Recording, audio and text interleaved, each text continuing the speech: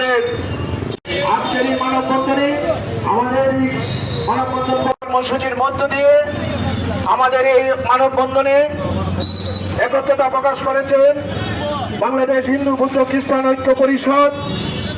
আমাদের এই মানববন্ধনে একত্রতা প্রকাশ করেছে জেলা ব্রাহ্মণ সংসদ, জেলা কৃষ্ণ অনুরাগী যুব সংঘ,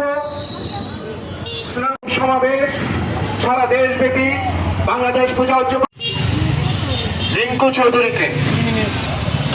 এবং আপনারা দেখছেন বিভিন্ন মিডিয়ায় মহাবতার পুরুষোত্তম শ্রীরামচন্দ্রকে গাইবান্ধায় অবমাননা করা হয়েছে। আমাদের সংখ্যালঘু সনাতন সম্প্রদায়ের মন্দিরগুলোকে ভেঙে দেওয়ার হুমকি প্রদর্শন করা হয়েছে।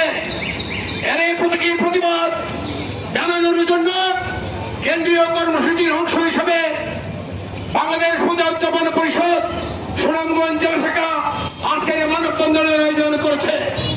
আজকের এই মানববন্ধনে একাত্মতা পোষণ করেছেন বাংলাদেশ হিন্দু বৌদ্ধ খ্রিস্টান ঐক্য পরিষদ,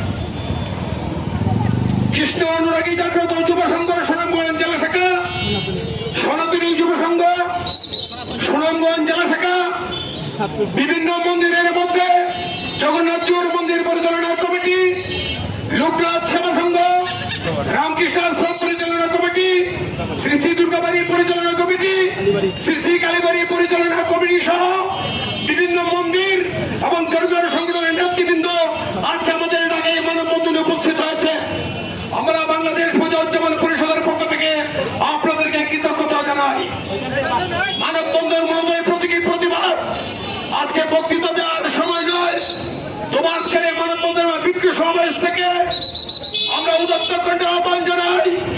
আমরা বিশ্বাস করতে চাই বর্তমান সরকার ধর্ম নিরপেক্ষ সরকার, যে বা যারা বা যে গোষ্ঠী মহাবতার পুরুষোত্তম শ্রীরামচন্দ্রকে অবমাননা করেছে এবং সংখ্যালঘুদের সনাতন